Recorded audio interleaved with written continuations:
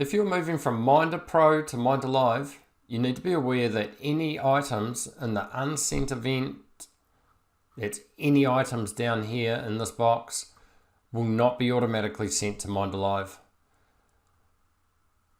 To move these events on, we need to synchronize. If synchronize doesn't move it, there's something holding it up. As you can see, this one has an anchor icon. So if we click in here, we can see this one's been put on hold. If we change that to yes, synchronize, click OK. Both of these events should now move with the synchronize. If anything's getting stuck, you can always just write it down and manually enter it into MINDA.